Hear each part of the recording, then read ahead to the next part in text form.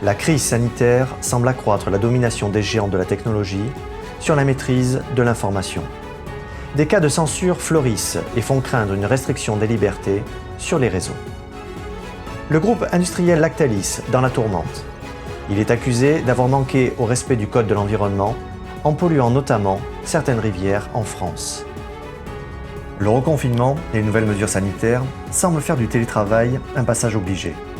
Les entreprises sont contraintes de s'adapter à ces nouvelles mesures. Ce mode de fonctionnement sera-t-il la norme de demain ? Au Pérou, étonnante découverte d'un nouveau dessin à Nazca. La nouvelle découverte archéologique daterait d'il y a plus de 2000 ans et était sur le point de disparaître. Bienvenue sur Nouvel Horizon, je suis Anthony Bluto. Les 4 célèbres entreprises, Google, Apple, Facebook, Amazon, ou plus connues sous le nom des GAFA, occupent une place prépondérante dans la gestion et le contrôle de l'information. La crise sanitaire, avec le télétravail, les achats en ligne, ont renforcé leur position, en devenant même les seuls vecteurs d'échanges économiques et sociaux. Cette quasi-hégémonie laisse aux GAFA le pouvoir de faire la pluie et le beau temps sur le traitement de l'information. Ces derniers temps, nous assistons à une multiplication de censures supposées de la part de ces géants de la tech. Google, par exemple, est dans le viseur de la justice américaine. Le célèbre moteur de recherche est poursuivi pour abus de position dominante par les autorités judiciaires américaines. Le Department of Justice a annoncé le 20 octobre avoir ouvert une enquête contre Google, accusé d'avoir violé le Sherman Act, qui n'est autre que la première loi limitant les comportements anticoncurrentiels aux États-Unis. Il ne faut pas oublier que 80% des requêtes sur Internet se font par l'intermédiaire de Google, et 70% des internautes dans le monde utilisent Chrome. Un article de François révèle qu'un groupe de 482 000 followers vient d'être suspendu par Facebook. Ce groupe avait été créé en mars 2020 en soutien au professeur Raoult. Ses membres, aux profils variés, échangeaient et communiquaient activement sur les divers sujets d'actualité autour de la crise du coronavirus. La raison supposée par les membres serait éventuellement un sujet polémique sur la chloroquine ou un message pro-Trump. La raison invoquée par Facebook est que le groupe ne respectait pas les standards de la communauté. Le rôle des GAFA dans la crise du Covid-19 devient de plus en plus contesté. La déclaration de Mark Zuckerberg en juillet dernier, lors d'une audition sur la loi antitrust, nous a interpellés. Je le cite. « Si quelqu'un dit que l'hydroxychloroquine est un remède contre la Covid, nous le retirerons. » Il en est de même pour la virologue Li Meng, qui a vu son compte Twitter fermé 48 heures après la publication d'un rapport controversé. Le docteur et lanceuse d'alerte soutenait que le virus de la Covid-19 a été fabriqué par l'homme dans un laboratoire chinois. Son compte comptait 60 000 abonnés. Elle affirmait que le virus avait été créé par l'armée chinoise dans le laboratoire de virologie de Wuhan. Durant l'interview du docteur Li avec l'animateur de Fox, Tucker Carlson, Facebook a apposé une mention d'avertissement de fausses informations. Selon le réseau social, le post sur la Covid-19 répète des informations que des organismes indépendants déclarent fausses. Décidément, il n'est pas de bon ton d'émettre un avis différent des autorités. Alexis Cossette, le propriétaire de la web radio nommée Radio-Québec, en sait quelque chose. Ce personnage controversé met en évidence, documents à l'appui, les incohérences dans des décisions gouvernementales, comme par exemple la gestion de la crise sanitaire. Suivi par pas moins de 245 000 personnes, entre ses chaînes YouTube et Facebook, le trublion canadien a vu ses 2 chaînes fermées du jour au lendemain. Une de ces vidéos ne correspondrait pas non plus à la version officielle du gouvernement sur la crise de la Covid. Alexis déclare au micro de Sud Radio qu'en Amérique du Nord, dès qu'on conteste la version officielle de la Covid, ou que l'on émet des réserves sur le port du masque, nous sommes taxés de complotistes.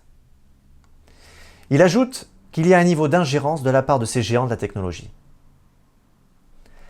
Dans une interview réalisée par la chaîne RT France, on apprend que le site Planète 360 a vécu une aventure très désagréable, car leur site a fermé lui aussi sans prévenir, car un de leurs articles était jugé non conforme par Facebook. Ils n'ont pas pu publier la moindre news pendant plusieurs jours. Tout ceci s'est passé sans la moindre explication de la part du réseau social, qui aurait suspendu le compte du site pour un article qualifié de fake news. Un dernier exemple, édifiant. sur la supposée censure des géants de la tech concernant l'affaire Joe Biden. Petit rappel. Joe Biden, alors vice-président de Barack Obama, aurait aidé le groupe gazier Burisma à échapper à des enquêtes anticorruption qui auraient fait du tort à son fils Hunter Biden, qui siégeait à l'époque au conseil de surveillance de la société ukrainienne. Facebook et Twitter auraient volontairement censuré l'article du New York Post qui avait révélé l'affaire. Pour le journal, cette attitude est scandaleuse pour une des plateformes les plus puissantes des États-Unis. Le sénateur américain Ted Cruz affirme que la stratégie de Biden pour les élections est de compter sur les géants de la Big Tech pour le protéger et éviter de répondre aux questions les plus élémentaires. Ces plateformes sont des outils formidables d'échange et de liberté d'expression. Mais les exemples cités plus haut laissent présager une prise de contrôle sur l'information. Les gens de la technologie se substituent-ils aux spécialistes et peuvent-ils décider à la place des citoyens ce qui est bon ou pas? À vous d'en juger. Selon une enquête publiée par le média d'investigation Disclose, 38 usines du groupe laitier français Lactalis ne respectent pas le code de l'environnement en France, avec des pollutions de diverses natures. Ils se sont intéressés aux installations industrielles en France de ce géant laitier, qui en compte 250 à travers le monde. 38 usines Lactalis ont été ou sont toujours en violation du code de l'environnement en France. Disclose s'est fondé sur des documents issus des directions régionales de l'environnement et des directions départementales de la protection des populations. Des associations locales font état de pollutions liées à des sites Lactalis dans les Pays de la Loire ou encore en Bretagne. À ces accusations, un porte-parole de Lactalis déclare à l'agence France Presse « Il est vrai que certains de nos sites peuvent présenter des non-conformités ponctuelles, mais à chaque fois, nous proposons une solution rapidement pour résoudre ces incidents. Nous avons investi 60 millions d'euros depuis 2010 pour la modernisation des outils environnementaux. » Une note de service de la société laitière de Sainte-Cécile dans la Manche explique comment recycler un fromage souillé tombé par terre. La procédure est simple. S'il a un corps étranger comme du bois ou de la graisse, il doit être jeté. Si son apparence est jugée acceptable, il est remis dans le circuit destiné à la filière humaine. En revanche, un jour d'audit, la consigne est claire. Tous les fromages doivent être mis à la poubelle, sans distinction. Face à la recrudescence annoncée de l'épidémie de Covid-19, les entreprises vont devoir adapter leurs protocoles sanitaires. Le gouvernement renforce de plus en plus les mesures sanitaires et passe au télétravail à très haute dose.